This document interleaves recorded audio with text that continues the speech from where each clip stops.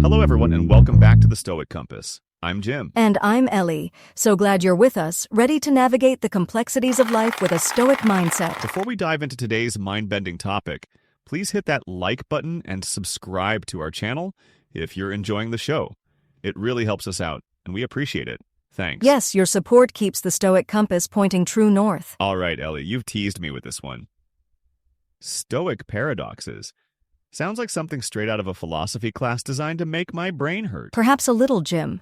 But these aren't just clever wordplays. They're profound insights designed to give us moral clarity, often by going against what common sense tells us. Okay, wisdom against conventional thinking. I'm intrigued. Our material today comes courtesy of a piece by Steven Gambardella, published in The Sophist on Medium, titled Stoic Paradoxes, Wisdom Against Conventional Thinking. So we're talking about ideas that make you go, that's not what I thought. Precisely. And when we talk about wisdom that runs contrary to popular opinion, one figure immediately comes to mind. Diogenes the Cynic. Right. While not strictly a Stoic, he was a crucial forerunner. I see. He truly embodied the idea that true reason often defies convention. Absolutely. Diogenes. The guy who lived in a barrel, right? Yeah. The one who carried a lamp looking for an honest man? Exactly. He demonstrated that true freedom and wisdom might just lie in rejecting the very things society tells us we need. Wow. That's a pretty radical idea even today. Right. Just like, nope, I'm not playing your game, society. Uh-huh. It challenges our assumptions about what makes us secure, what makes us happy. Well, I'll be darned. So, are we talking about living in a barrel to achieve Stoic wisdom today? Not quite, Jim. But let's ground this in a more modern, albeit tragic, example. Makes sense. To really illustrate how powerful and counterintuitive Stoic wisdom can be. Okay, I'm ready. Lay it on me. Picture this. It's 2010, and a plane is on its final approach to land in Bandundu in the Democratic Republic of Congo. Everything seems fine. The plane is modern, in perfect working order, the weather is clear, and the pilots are fully qualified. Sounds like a routine flight. Indeed. Yet, just over a mile from the runway, the plane crashes into a building. Tragically, only one person out of 21 passengers and crew survived. Whoa, that's horrific. Yeah. A perfect plane, clear weather, qualified pilots, and it just crashes? Exactly. The black box was destroyed, and the cause of the accident was a complete mystery. Unbelievable. How could a perfectly functional plane with skilled pilots crash in ideal conditions? The sole survivor, after recovering in intensive care, finally told the astonishing story. Oh, tell me, what happened? One of the passengers had smuggled a baby crocodile onto the plane, hidden in a duffel bag with the luggage at the back. A crocodile on a plane? Right. No way. Yes, a baby crocodile. As the plane began its landing descent, the crocodile somehow got loose. You're kidding me. When the stewardess spotted it, she panicked and ran to the front of the plane. And here's where the conventional human reaction, the common sense we often rely on, went terribly wrong. The rest of the passengers, in a fit of collective fear and panic, got up and followed her, scrambling to the front of the plane. Oh no. I can see where this is going. According to the survivor, that sudden, massive shift in the plane's center of gravity at such a crucial moment of landing caused the nose to tip down, leading directly to the fatal crash. Well, I'll be darned. A crocodile on a plane, and it wasn't the crocodile itself that crashed the plane, but the passenger's reaction to it. Exactly. Now pause and think about this through a Stoic lens. Right. The danger in the conventional sense was the crocodile. Makes sense. It's an unusual, scary, perhaps even life-threatening situation. Yeah. Your gut reaction, your instinct, might be to panic, to flee, to avoid the perceived threat. Yeah, absolutely. My instinct would be to get away from a loose crocodile for sure. That just seems like common sense. But here's the Stoic paradox. The crocodile itself didn't crash the plane. It was the human reaction to the crocodile, the unreasoned panic, the loss of control, the collective stampede, that sealed their fate. Wow, that's powerful. Right. It really flips your perspective on what danger truly is. Absolutely, right? Stoicism teaches us to distinguish between what is within our control and what is outside our control. Makes sense. We cannot control whether a crocodile gets loose on a plane. Right. That's an external event. Yeah, definitely outside my control. I can barely control my own dog sometimes, let alone a rogue reptile. Good point. But we can control our judgments, Yeah. our reactions, Exactly. and our internal state. That's right. The dichotomy of control. Precisely. The paradox is that true safety, even in the face of perceived danger, often comes not from reacting conventionally with fear, but from maintaining reason, composure, and clarity of mind. So a Stoic might argue that the best thing to do was just sit there? From a Stoic perspective, yes. A Stoic might argue that the wise response, however counterintuitive it might seem in that terrifying moment, would have been to remain seated, to calmly assess the situation, and to avoid creating a new, more catastrophic problem with an unthinking surge of panic. That takes incredible self-control. And courage, really. Absolutely. It's about the role of reason, Jim. Right. Stoicism emphasizes using reason to overcome emotional reactivity. I see. How does pausing create space for rational thought? Good point. If they'd paused, maybe one person would have thought, hey, running to the front of the plane might mess with the balance. It's hard to think straight when you're terrified, though. True, and that's where the importance of virtue comes in. Right. For Stoics, virtue is the sole good. I see. This situation demands courage, temperance, and wisdom. Courage to face the fear, temperance to not overreact, and wisdom to see the bigger picture. Exactly. The greatest danger wasn't the creature, but the chaos it triggered within the human element. That's a powerful lesson. Our emotional, unreasoned responses often cause more harm than the events themselves. Well, I'll be darned. Indeed. This horrific story, even though the article cuts off right at the cliffhanger, serves as a powerful, albeit extreme illustration of a core Stoic principle.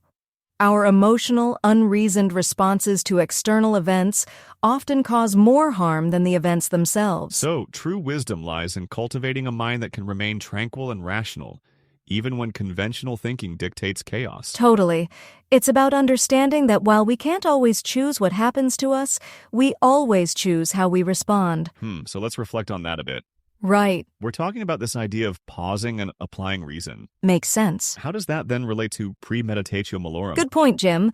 Premeditation of adversity, or premeditatio malorum, is a core Stoic practice. Right. It essentially means you mentally prepare yourself for potential setbacks or challenges before they even happen. Got it. So how exactly does the act of pausing connect with this whole concept? Does anticipating challenges make us more resilient when they inevitably arise? Absolutely.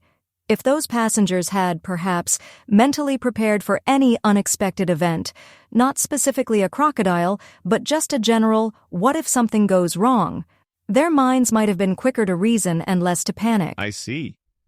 It's like a mental fire drill, so when the real fire alarm goes off, you don't just run around screaming. Exactly. It builds mental fortitude. Right. And it ties into acceptance, too. Yeah. A key Stoic principle is accepting what we cannot change. Got it. So, accepting the crocodile is loose without freaking out about it. Right? How does pausing facilitate acceptance? How can we cultivate acceptance without becoming passive or resigned? That's a fine line. It's not about giving up, but about acknowledging reality and then acting constructively. Precisely. The pause gives you that space to acknowledge, okay, this is happening. Right. And then ask, now, what is the most rational, virtuous response? Makes sense. And from a Stoic perspective, it also keeps us focused on the present moment. Right. Not dwelling on why is there a crocodile here? Yeah. Or what if it bites me later? Exactly. Stoicism encourages us to focus on the present. Right. How does pausing help us become more present and mindful? I see. And how does dwelling on the past or worrying about the future hinder our ability to respond effectively to the present moment? That's right. Well, in that plane, if they're thinking about the future, oh my gosh, this crocodile is going to eat us all, then they're not thinking about the physics of the plane crashing. Good point. Fear of the future often blinds us to the present reality and its immediate demands. So let's talk modern applications, because most of us aren't going to encounter a rogue crocodile on a plane. Hopefully. Hopefully not. True. But the principle applies universally. Yeah, I get it. Think about workplace stress. Oh, absolutely. Your boss assigns you a huge project with an impossible deadline. Oh, I've been there. My gut reaction is usually to get overwhelmed. Maybe even a little resentful. Right. And that emotional reactivity often makes the situation worse. True. You lose focus, for one. Yeah. Then you start to procrastinate, and the stress just magnifies. That's right. Yeah, exactly.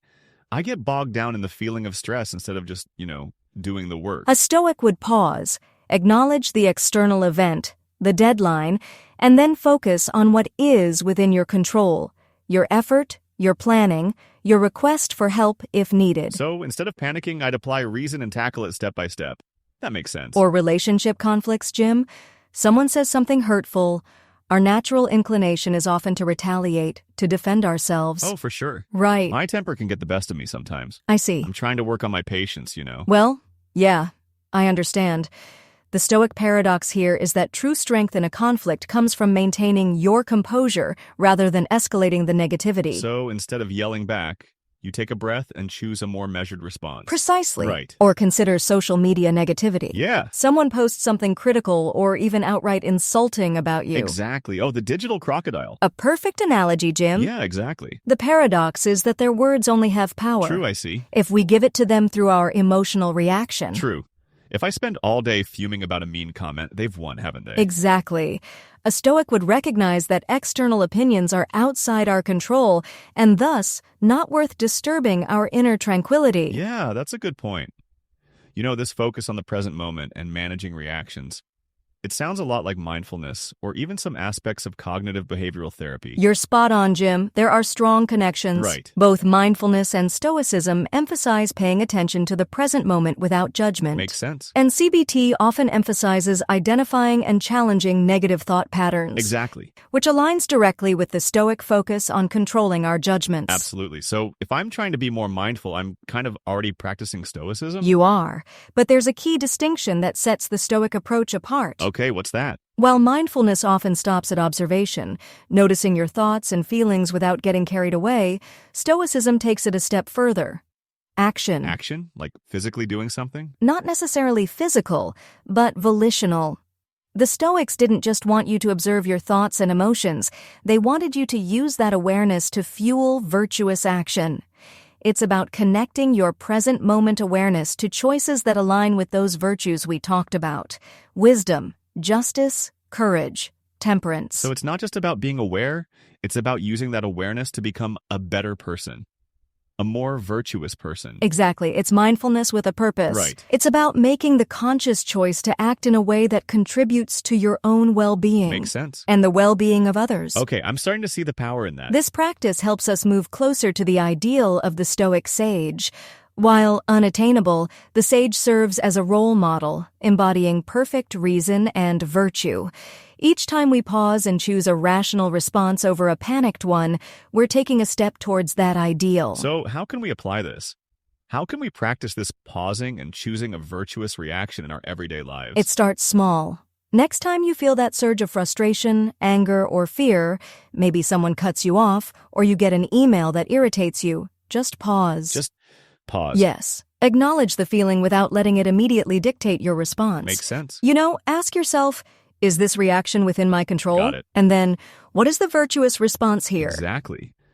So, instead of immediately firing off a snarky email, I'd take a breath, maybe walk away from the computer, and then decide how to respond rationally? Precisely.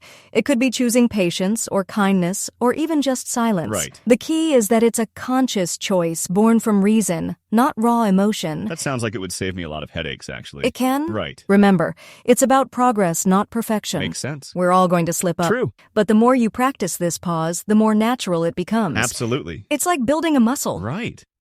Not expecting to be a Stoic sage overnight, but getting a little better each day. Exactly.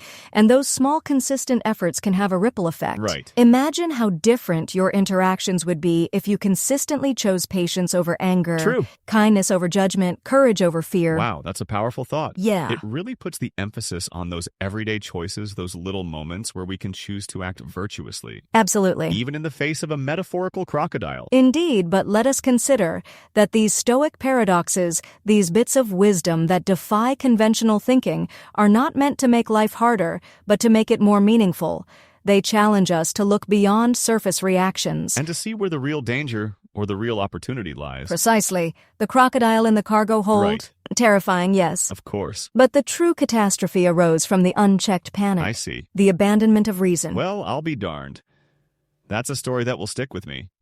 And a lesson that I can definitely apply to my own crocodiles in life. Me too, Jim. And for everyone listening, we encourage you to join us in this practice. Right. Start by recognizing those moments when your gut reaction screams, panic. I see. Then pause. Makes sense. Apply reason. And choose virtue. Thanks for hanging out with us on the Stoic Compass. Until next time, stay curious, stay engaged, and remember, it's not the crocodile that gets you, it's how you react to it. You never know what wisdom you might discover.